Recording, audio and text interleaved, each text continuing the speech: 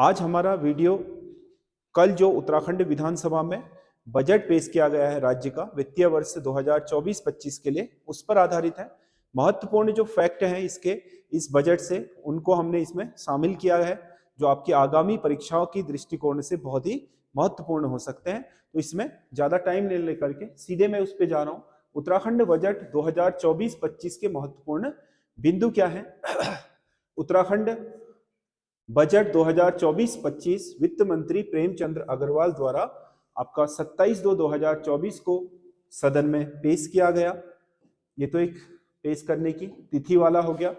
नए वित्तीय वर्ष 2024-25 के लिए प्रदेश सरकार ने बजट का आकार 89,230.07 करोड़ रुपए का रखा है। ये हमारे राज्य का टोटल बजट है, जो उत्तराखंड राज्य का वार्षिक बजट। वार्षिक बजट का मतलब होता है वह वित्तीय लेखा जोखा जो सरकार आगामी वर्ष के लिए अनुमान के तौर पर रखती है कि हाँ हमारा ये इतना पैसा यहाँ पर हमें इतनी इनकम होगी और इतना इतना हम यहाँ इन मदों पर खर्च करेंगे। तो इसी वित्तीय जो आपके लेखे जोखे होते हैं उन्हीं को बजट कहा जाता है। क्योंकि स्टेट गवर्नमेंट के पास राज्य सूची के कई विषय हैं, तो उन सूची के विषयों पर काम करने के लिए, लोक कल्याण करने के लिए जो भी उसे आपके चीजें हैं उनके आर्थिक संसाधनों की जरूरत पड़ती है। उन आर्थिक संसाधनों को राज्य विभिन्न मदों से जुटाती है, जो भी टैक्स वगैरह होते हैं या केंद्र सरकार से अनुदान होते हैं या पूरे नहीं पड़ते हैं तो ऋण लेकर के उसे पूरा करती है।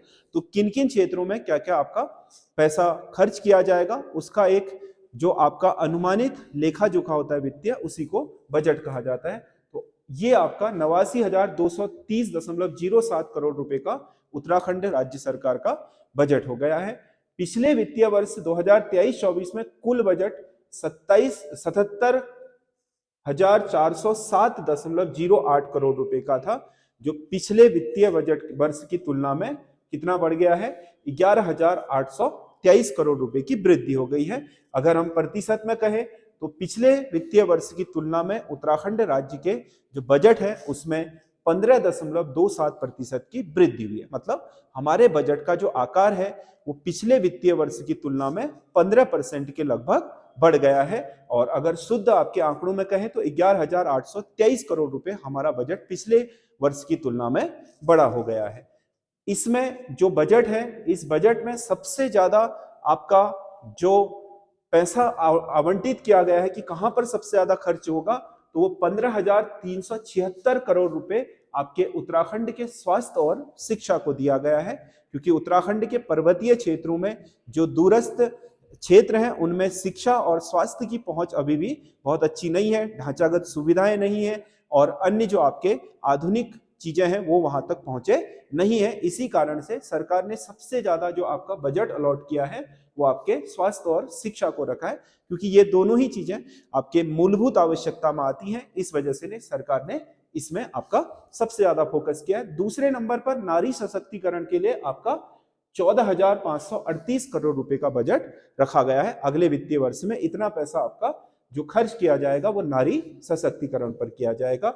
इसके अलावा जो एक इंपॉर्टेंट चीज है कि इस बजट में सबसे ज्यादा फोकस किस पर रहा, तो इस बजट पे जो सबसे ज्यादा फोकस है वो है आपके हमारे 4 स्तंभ। इसमें ज्ञान इसकी संज्ञा दी गई है, जिसमें से जी का मतलब गरीब है, वाई का मतलब युवा है, ए का मतलब अन्न दाता यानी कि किसान है और एन का मतलब नारी है। ए का मतलब किसान और एन का मतलब नारी। ये आपके 4 स्तंभ इस बजट के हैं जिस पर सबसे ज्यादा फोकस सरकार ने किया है। गरीब उत्थान के लिए, युवाओं के लिए और आपके अन्नदाता यानी कि किसानों के लिए, और नारी यानी कि जो आपका महिला सशक्तिकरण है उस क्षेत्र पर इस बजट का सबसे ज्यादा फोकस रहेगा, जिसे शॉर्ट में यानी कि आपके ज्ञान कहा जा रहा है। ज्ञान, इस पर सबसे ज्यादा फोकस रहेगा। ये एक मुख्य बात है, ये ध्यान में रखिएगा। राज्य सरकार पर जो कर्ज का बोझ है वो भी लगातार बढ़ रहा है। जो आपके पिछले वर्ष में आपका जो बजट जो आपका राज्य पर कर्ज था वो 77,023 करोड़ रुपए था, 77,000 23 करोड़ रुपए था, जो बढ़कर के 78,450 करोड़ रुपए पहुंच गया है, जो पिछले वित्तीय वर्ष की तुलना में 1.88% हमारे राज्य पर कर्ज बढ़ रहा है।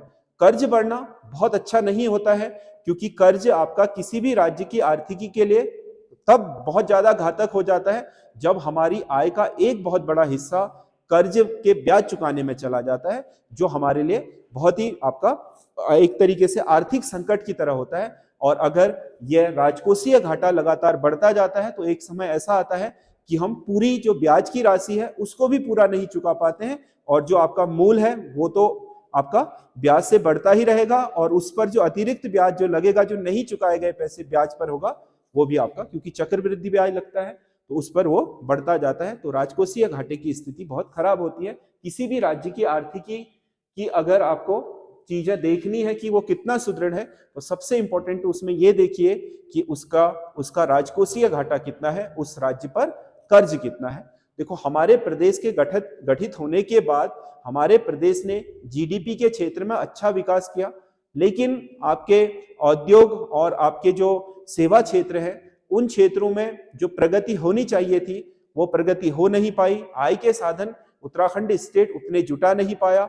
जब आय नहीं होती है, खर्चा ज्यादा होता है, तो आय और व्यय के बीच का जो अंतर होता है खर्चे का, उस खर्चे को हमने कर्जे से पूरा करना पड़ता है। और किसी भी राज्य सरकार के लिए कर्जा लेना बहुत आसान प्रक्रिया है, क्योंकि आय के साधन आपका जोड़ना वो बहुत कठिन प्रक्रिया है। तो हर राज्य सरकार कर्जे में होती है। तो उत्तराखंड राज्य एक छोटा सा स्टेट है और इस पर 78,450 रुपए का कर्ज 2023-24 तक हो चुका है, क्योंकि ये कर्ज तो पिछले वर्ष का ही है। पिछले वर्ष तक मतलब अब तक हमारे ऊपर कितना कर्ज है इसका है, जबकि बजट किससे के लिए होता है, आगामी वर्ष के लिए, जो अब से लेकर के मतलब 1 अप्रैल 2024 से लेकर के 31 मार्च 2025 तक के लिए है बजट। लेकिन कर्जा है हमारा ये अब तक की तिथि का, जो हमारे ऊपर हमने ले लिया है, इतना कर्ज जुट चुका है हमारे ऊपर। और इस कर्जे के ब्याज में चुकाने में हमारे बजट का एक बहुत बड़ा हिस्सा, यानी कि हमारे सरकार के जो पास जो आय होती है उसका बहुत बड़ा हिस्सा चले जाता है। अगर ये कर्ज नहीं होता तो वो पैसा हम ब्याज में चुकाने के जगह पर अपने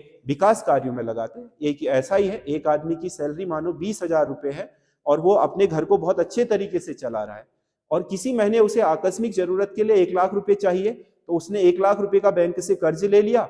अब उसका 10,000 रुपए पर मंथ आपका क्या हो रहा है, किस्तों में कट जा रहा है।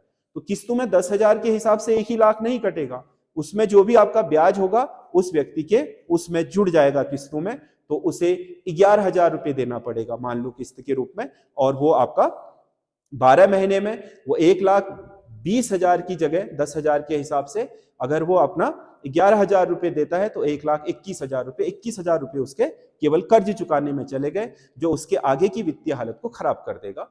तो वैसे ही आपका बजट में हमारा जो कर्ज होता है उसका उल्लेख भी किया जाता है। और इसके अलावा इस बजट में रखे गए प्रमुख लक्ष्य हैं, जो रोजगार सृजन, इकोलॉजी व इकोनॉमी के विशेष परिप्रेक्ष्य में निवेश को प्रोत्साहन। तो इस क्षेत्र में आपका इन्वेस्टमेंट को प्रोत्साहन दिया जाना है। रोजगार सृजन, इकोलॉजी मतलब जो क्या हो, हमारे पर्यावरण के और हमारे जो आपका पारिस्थितिकी है उसके अनुकूल हो। अग्रणी उत्तराखंड के लिए सुदृढ़ अवसंरचनात्मक निर्माण की दिशा में बढ़ेंगे कदम, मतलब इसमें आपके सड़कें हो, रेल हो, या फिर आपके जो भी यातायात और आपके आधुनिक इंफ्रास्ट्रक्चर होता है उसके निर्माण पर विशेष फोकस रहेगा।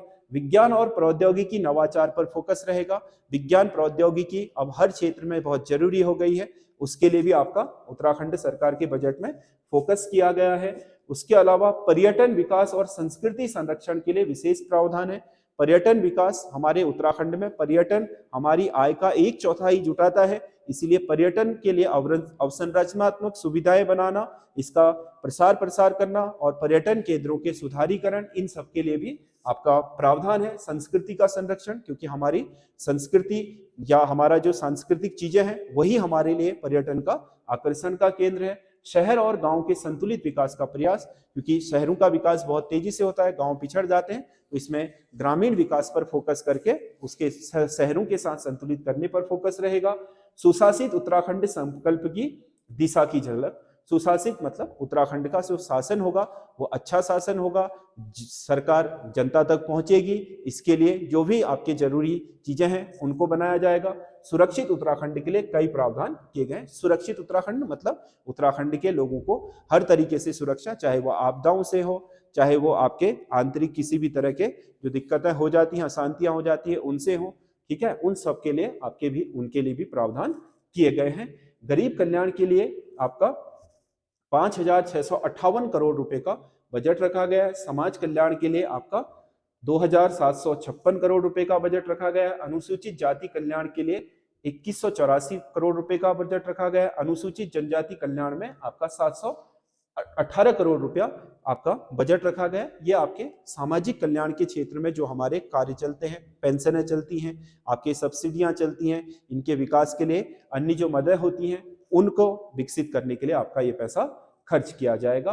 और इसके अलावा कृषि क्षेत्र में भी आपका बहुत महत्वपूर्ण आपके चीजें की जा रही है, क्योंकि उत्तराखंड की आर्थिकी में कृषि का बहुत बड़ा योगदान है। तो इसमें उद्यान विकास है, सेब है, मत्स्य की है, दुग्ध विकास है, गंगा जो गाय डेयरी योजना है उसमें है, मत्स्य पालन है, एप्पल है, और ये दीनदयाल उपाध्याय जो सहकारी योजना चल रही है जिसमें आपका बिना ब्याज का ऋण दिया जा रहा है लोगों को आजीविका चलाने के लिए, और पशुपालन है, ठीक है, कृषि उद्यान पशुपालन, क्योंकि ये आर्थिकी की है, बेस है उत्तराखंड में, तो इन पर भी फोकस रहेगा। तो इस तरीके से आपका उत्तराखंड का जो बजट है, इस बजट में जो महत्वपूर्ण प्रावधान है वो आपके यही है। और क्योंकि ये एक आर्थिक सर्वेक्षण नहीं है बल्कि बजट है, तो इसके महत्वपूर्ण तथ्यों को हमने डिस्क्राइब कर दिया है। आप लोगों के एग्जाम में आने वाली जो परीक्षाएं उनमें इससे बहुत सारे प्रश्न पूछे जा चुके हैं, खासकर ये ज्ञान और बजट का आकार, कर्जा, इन सारी चीजों पर फोकस्ड रहेगा। आपको हमारा वीडियो कैसा लगा आप कमेंट करके जरूर बताइएगा। धन्यवाद।